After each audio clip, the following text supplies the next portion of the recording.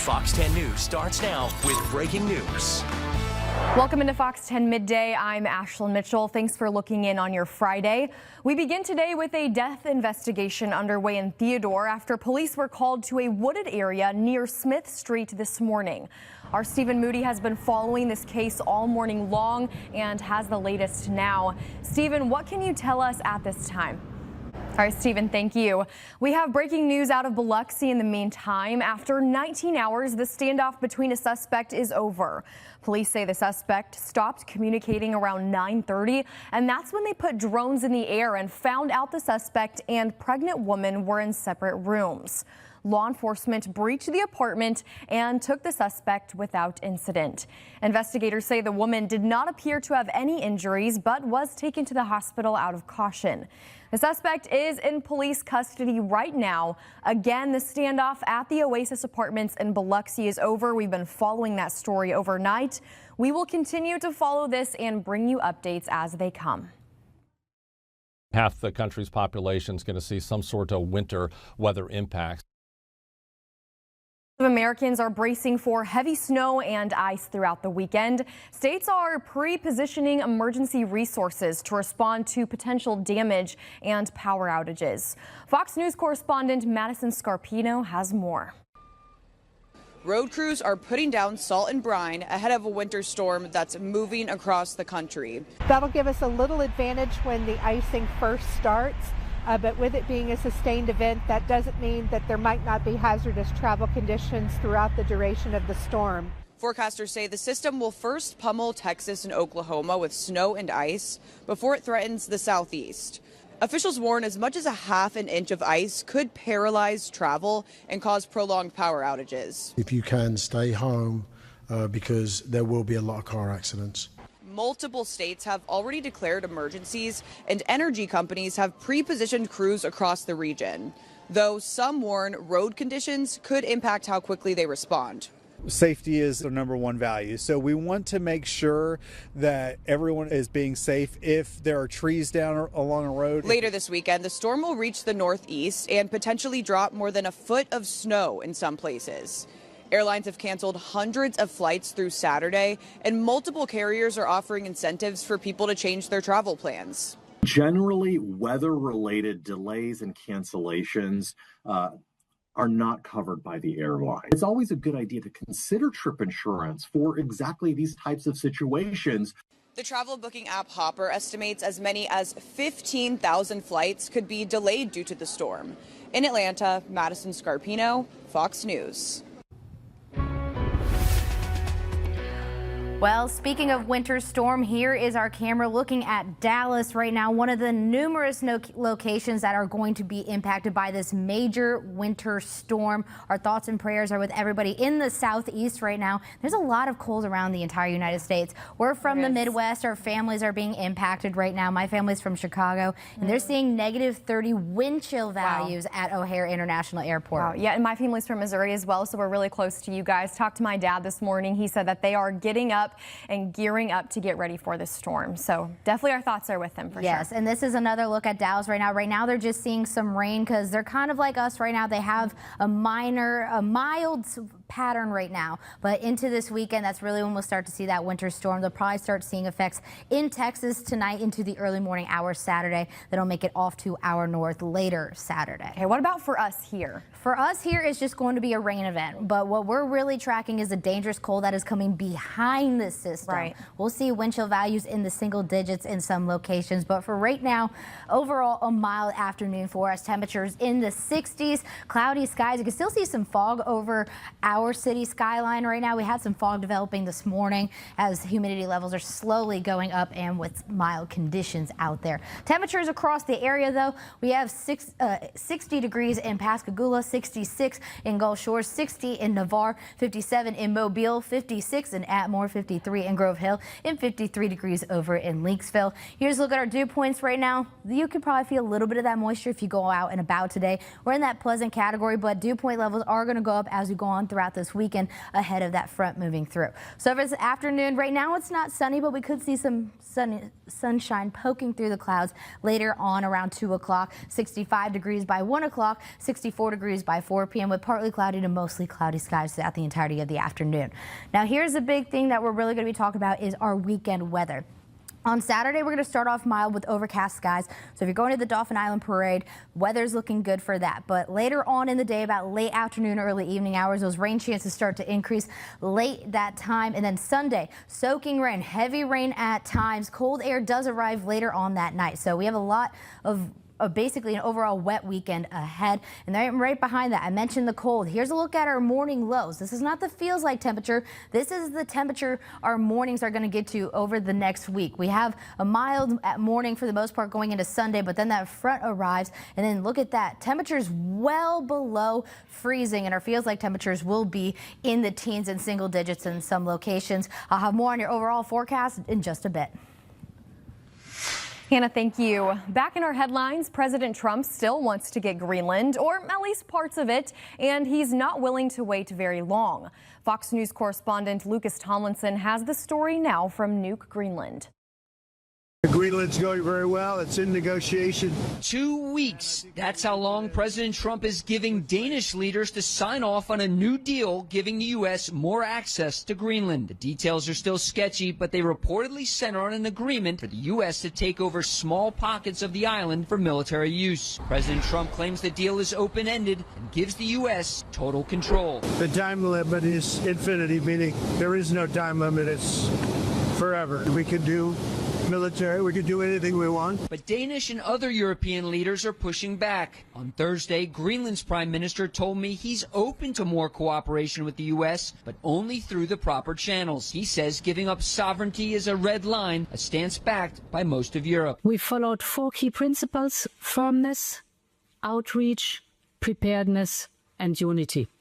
And it was effective, so going forward we should maintain this very approach. Some leaders are also worried about potential military or economic retaliation from President Trump. But it was clear that if the offer is not accepted, he will not be happy. Meanwhile, here in Greenland's capital, Nuuk, most people say they're relieved Trump changed his tune on using military force. But they're also bracing for what comes next. I think that it's all very confusing. Today I can breathe a little bit. What's coming, I don't know. A new NATO mission to protect Greenland, dubbed Arctic Sentry, is reportedly in the planning stages. In Nuuk, Greenland, Lucas Tomlinson, Fox News. Meanwhile, a new round of peace talks begins today and will take place in the United Arab Emirates. We're told there are still some territorial issues to be resolved, but the question looming over all of this, whether Russia really wants a deal. President Trump returned to the White House late last night, but some of his work in Europe remains unfinished. On his way back from Davos, he talked about his meeting with Ukrainian President Volodymyr Zelensky. His top negotiators also just met with Russian President Vladimir Putin. And now both sides are set to meet today in yet another effort to end the war. Zelensky, meantime, toured to European allies in Davos, saying the idea of living the same day again and again is the reality in Ukraine unless Europe steps up. Everyone remembers the great American film Groundhog Day, repeating the same thing for weeks, months, and of course for years. And yet, that's exactly how we live now. However, Ukraine's ambassador to the U.S. sounds more optimistic, saying, quote, "I think it's the beginning of a big breakthrough," end quote. Well, officials, meanwhile, say the French Navy intercepted an oil tanker in the Mediterranean Sea that traveled from Russia evading sanctions. French maritime authorities for the Mediterranean said the ship, called the Grinch, is suspected of operating with a false flag. The French military released this footage earlier this morning of what is said was military personnel boarding the vessel. The French Navy also said they are escorting the ship to Anchorage for more checks. France and other countries have vowed to crack down on the sanction-busting shadow fleet of oil tankers, which experts estimate numbers over 400 ships. In local news now, Bishop State Community College will resume normal operations again this morning, and this comes just a day after officials say the college received a threatening email. The college's president issued an update saying the threat was not credible, but out of an abundance of caution, the college closed its campus yesterday. Officials say this threat, though, was not isolated. We're told Morris Brown College in Atlanta also received a similar threat. And continuing coverage now of Fox 10's investigation into those controversial letters sent by Mobile County's Internet Crimes Against Children Task Force. Mobile County Sheriff Paul Birch says he did not learn about the letters until the night our first report aired. According to Sheriff Birch, 9 unauthorized letters were sent out. The first was a formal notice and warning to someone suspected of uploading child pornography. During a radio interview just last week, Sheriff Birch claimed the letter was sent because the statute of limitations had expired. But when Fox 10 News questioned that explanation, along with a local attorney, the sheriff acknowledged he misspoke. According to the Mobile County Sheriff's Office, the warning letter was sent because investigators could not positively identify the suspect in the video. Well, I misspoke on that. So at first I wasn't so sure that it was legit. That's why I called the supervisor. They, were being proactive and trying to, resolve the case, close the case. The case is already closed. There's really no further action you can take, but there's no harm in putting the person on notice that we know what you did, don't do it again. Our investigation also found a second unauthorized letter. For the full details, you can visit fox10tv.com. Meanwhile, former Mobile Police Chief Paul Prine has officially registered to run for Mobile County Sheriff. This is his second major race in 2 years.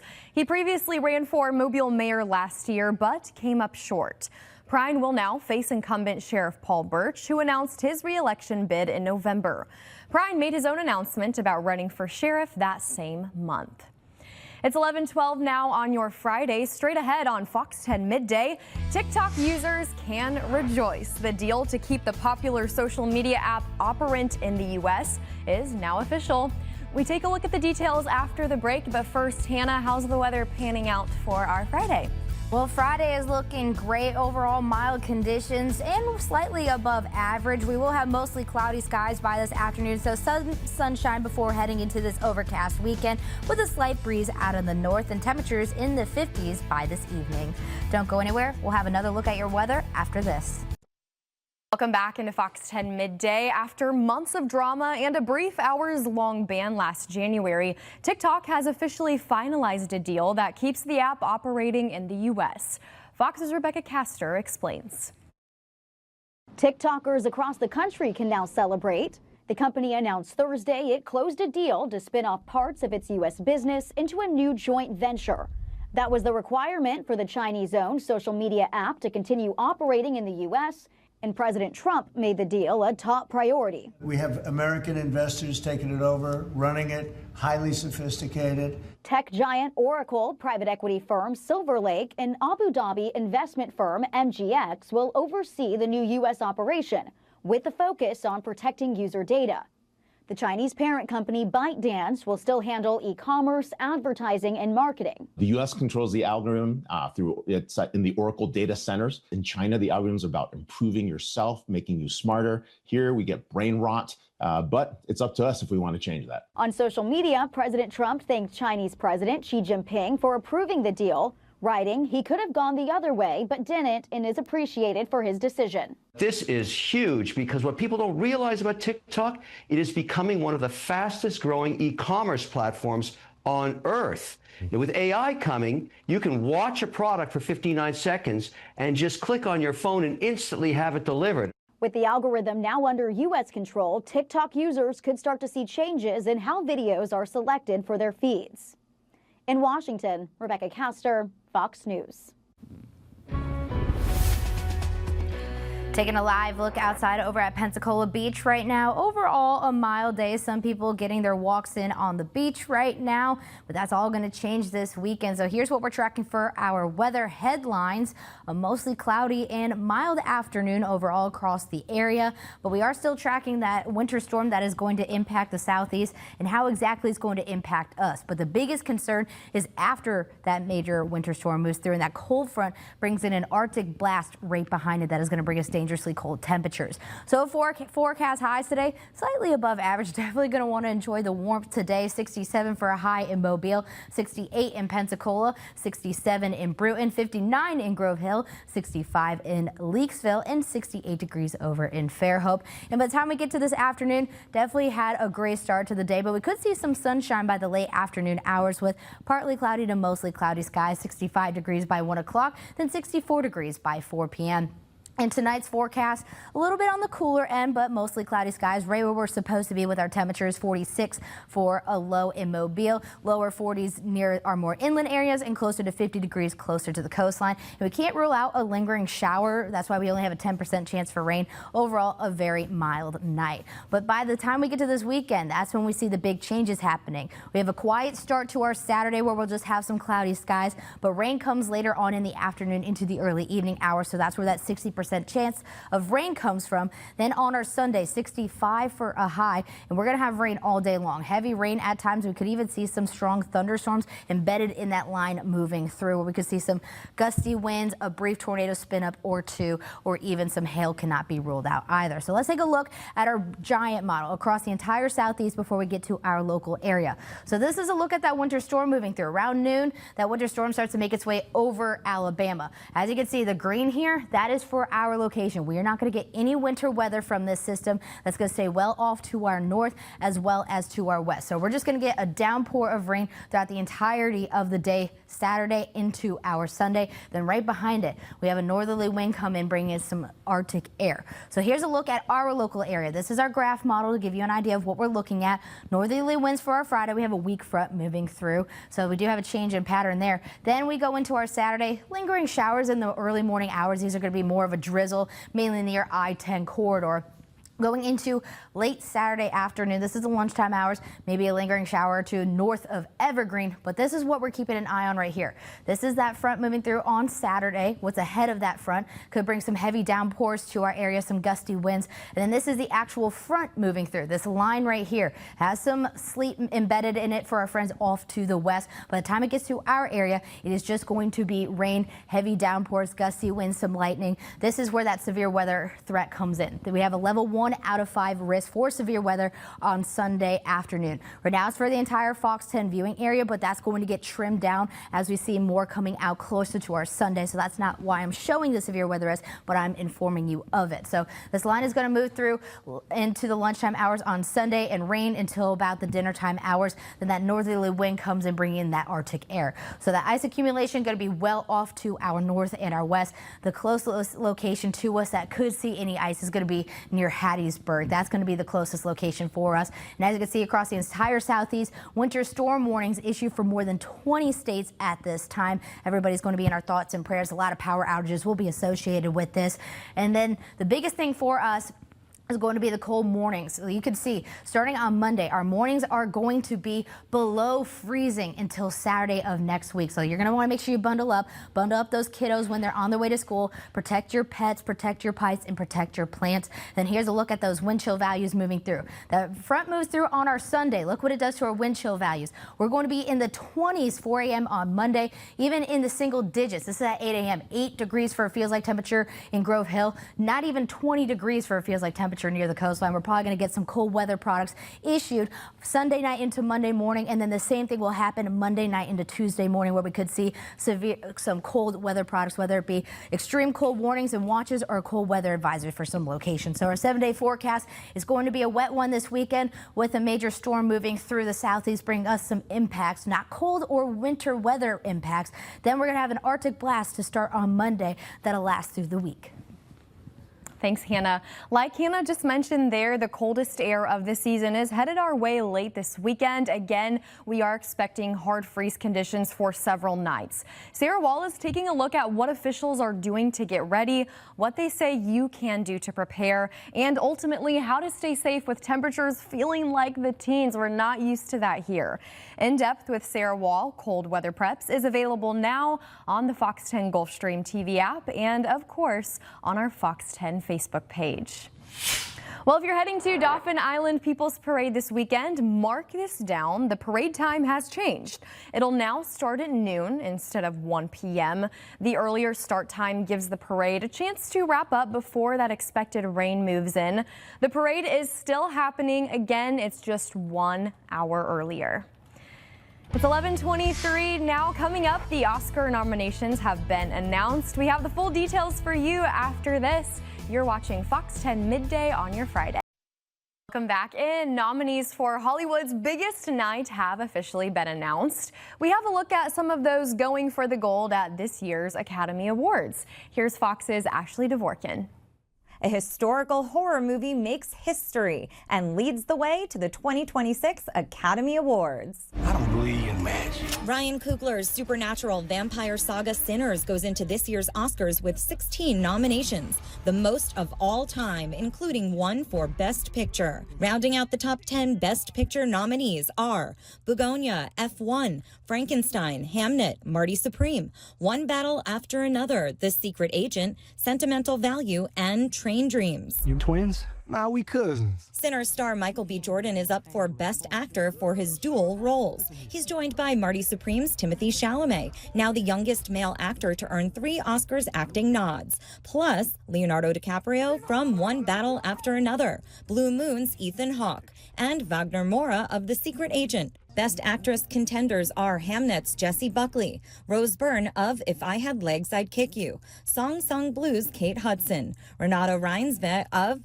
Sentimental Value, and Begonia's Emma Stone. Both Elle Fanning and Inga Ibsdottir Lilis of Sentimental Value are up for supporting Best Actress. In another horror entry, so is weapon star Amy Madigan, Wunmi Mosaku of Sinners, and Tiana Taylor of One Battle After Another. No fear. Taylor's co-stars Benicio del Toro and Sean Penn go for the gold in supporting male actor, along with Frankenstein's Jacob Elordi, from Sinners Delroy Lindo, and Sentimental Values Stellan Skarsgård. Joining Coogler in directing achievements are Chloe Zhao for Hamnet, Josh Safdie for Marty Supreme, Paul Thomas Anderson for One Battle After Another, and Joachim Trier for Sentimental Value. Winners of all categories, including the newly added Best Casting, will be revealed March 15th at the 98th Academy Awards on ABC and Hulu, hosted by Conan O'Brien. In Hollywood, Ashley Dvorkin, Fox News. Thank you for staying with us here on Fox 10 Midday on your Friday. Coming up, Clorox expands into the health and hygiene business. We have that story and more in your business headlines. Plus, how to stay safe in extreme weather and the signs of cold-related health emergencies experts say everyone should know. Your Health Minute is after the break. First, Hannah, we are tracking some cold weather this weekend. We are, but for our Friday, mild and warm temperatures across the area. Here's a look at your forecast planner over in Pensacola, where we will have about a slight breeze out of the north, around 10 miles per hour. And by the time we get to this afternoon, more sunshine is introduced into the forecast with temperatures in the mid-60s and a nice feel into the evening hours as well. Just will need a light jacket, but that'll change in your weekend forecast. I'll have more on that in just a bit. Committed to you. This is Fox 10 Midday. Welcome back. It's time for your half-hour headlines on your Friday. First, accused killer Luigi Mangione is in court at this hour. A police official from Altoona, Pennsylvania, is testifying on whether Mangione's backpack was seized and searched lawfully. He was arrested at a McDonald's in Altoona after a massive manhunt. Mangione was originally wanted for allegedly fatally shooting United Healthcare CEO Brian Thompson in December of 2024. He wants the court to exclude the murder weapon and writing seized from his backpack as evidence. Mangione has pleaded not guilty to state and federal charges, and he could get the death penalty if convicted there. And then former Canadian Olympic snowboarder Ryan Wedding has been taken into custody. Wedding was on the FBI's 10 most wanted list for allegedly running a transnational drug trafficking operation. The FBI had a $15 million award for his capture. And over the last decade or so, authorities believe Wedding has moved an average of 60 tons of cocaine from Colombia through Mexico for distribution right here in the United States and Canada. He's also accused of ordering multiple murders all around the world. Authorities have not yet released details of his arrest, but Wedding was thought to be hiding in Mexico under the protection of a drug cartel. Wedding participated in the 2002 Winter Olympics, competing in the giant slalom. Well, big news for the NFL draft. The projected #1 overall pick for Nando Mendoza declaring for the draft this morning. Mendoza led Indiana to the school's first national championship on Monday. The junior threw for over 3,500 yards with 41 touchdowns and a 90.3 QBR. Well, Amazon's latest layoffs could begin next week. Clorox expands into the health and hygiene business. Asking chatbots for advice is linked to anxiety and the best and worst airlines of 2025. Fox Business correspondent Kelly Sabery has today's business briefs. More job cuts in big tech. Amazon is reportedly planning to eliminate thousands of corporate jobs, possibly as soon as next week. It's part of a broader push to slash almost 10% of its workforce. 14,000 white-collar jobs were cut in October. The company is looking to get rid of a total of 30,000 positions. Should the plans be fully realized, it would be the largest number of layoffs in Amazon history.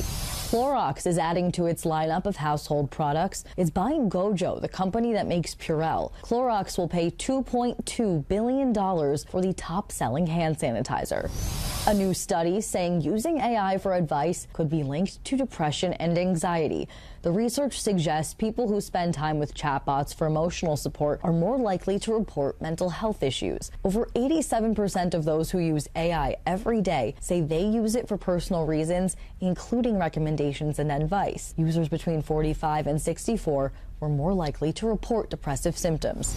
And the Wall Street Journal releasing a report of the best and worst airlines of 2025. Topping the list, Southwest, Allegiant, and Delta. American and Frontier Airlines fell to the bottom and tied for last place.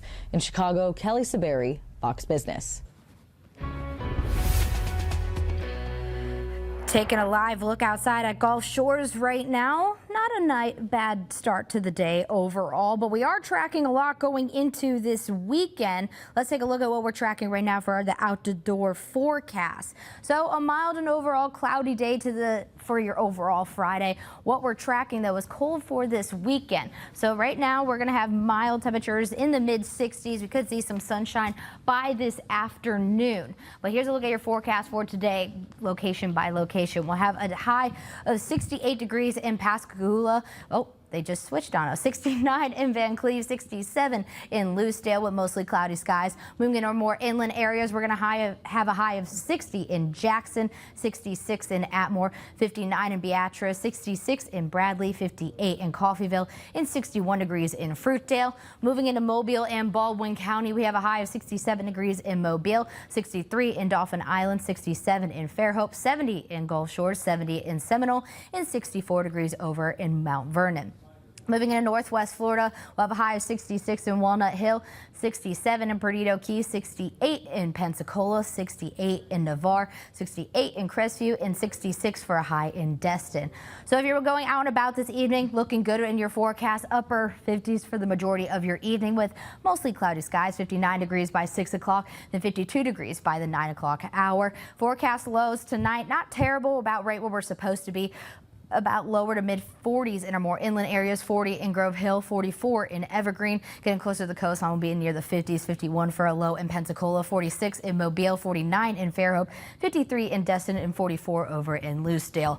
Now we're tracking the big weather over the weekend. We're not going to get any winter weather, but behind the front, we're tracking some dangerous cold. I'll break that down in a minute, but here's for your Saturday. We're going to start off with a cloudy, quiet feel, and then we're going to see rain later on in the day with a high of 62 degrees. That's why we have have that rain chance at a 60%. Then going into Sunday, 65 for a high and heavy rain throughout the majority of the day. Could even see some strong thunderstorms embedded as well as the system moves through. So you can see mainly green over our area. All that winter weather going to be well off to our north and off to our west as well. We're just going to see heavy downpours, especially for our Sunday. Then during the dinner time hours, we have a wind shift, so we're going to get Arctic air right behind it. So this is our forecast highs. As you can see, we're going to be below average. 43 is the high on Monday. Going to be a chilly day overall. Wouldn't be surprised if we saw some changes in school schedules as well. And the cold mornings are approaching. We're going to be below freezing. 32 is the threshold for below freezing temperatures. And as you can see,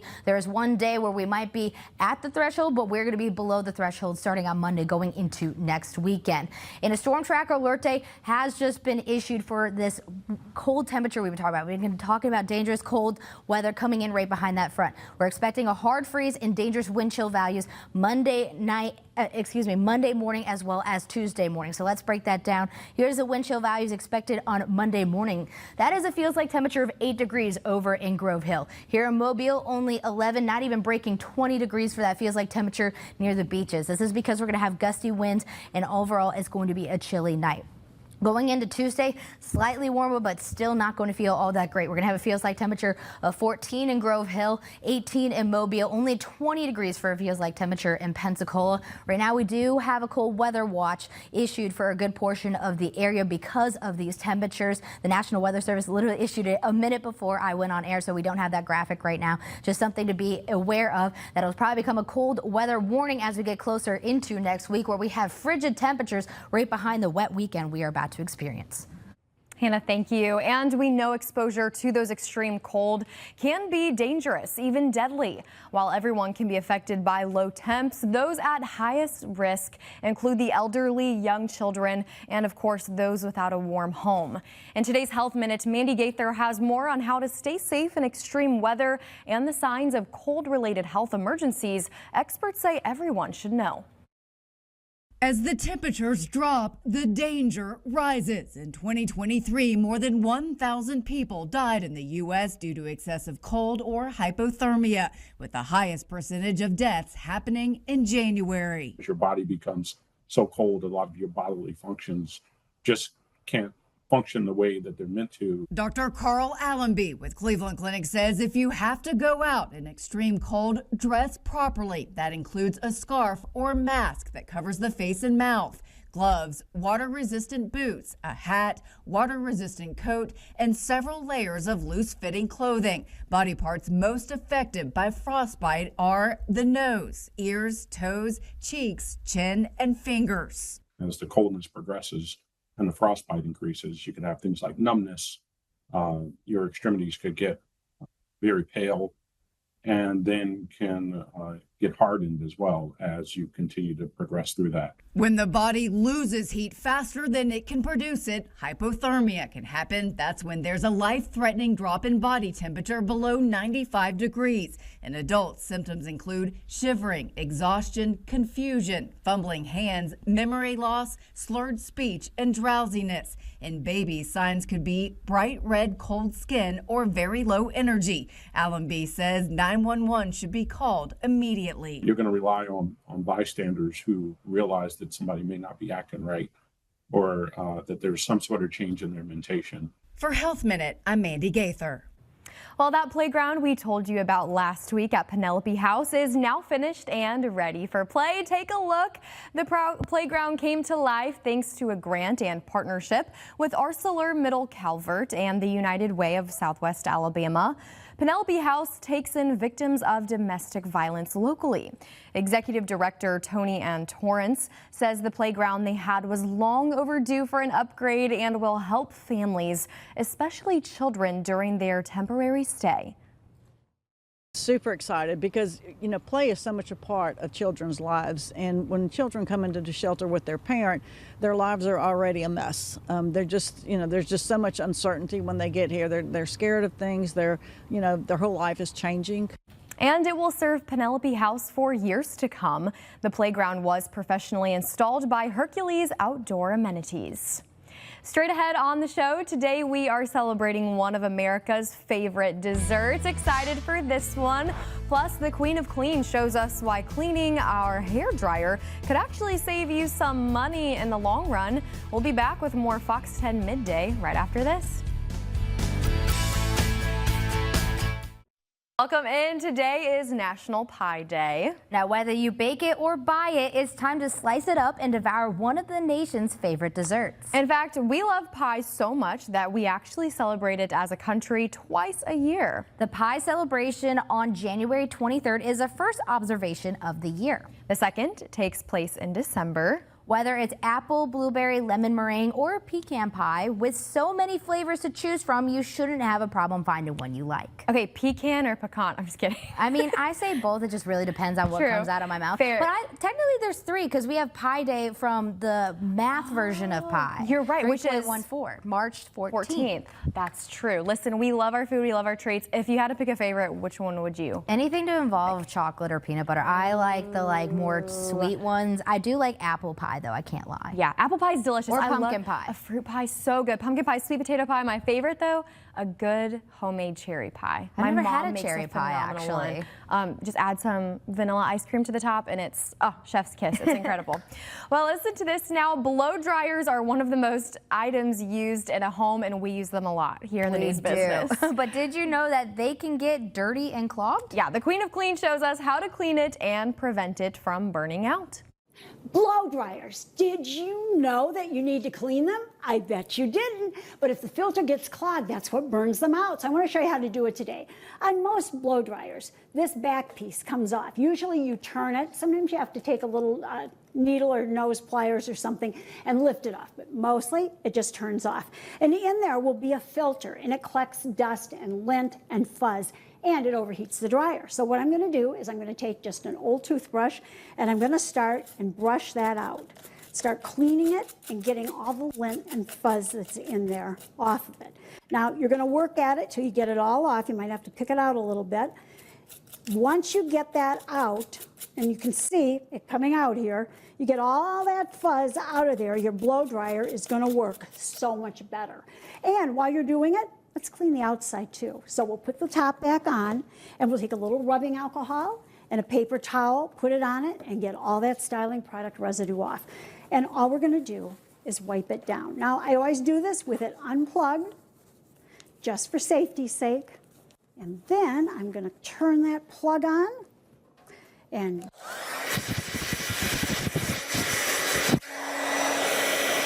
yep, I think that works a whole lot better. Clean your blow dryer, and it won't ever burn out. For more information, go to queenofclean.com. Thanks for talking dirty with the Queen of Clean.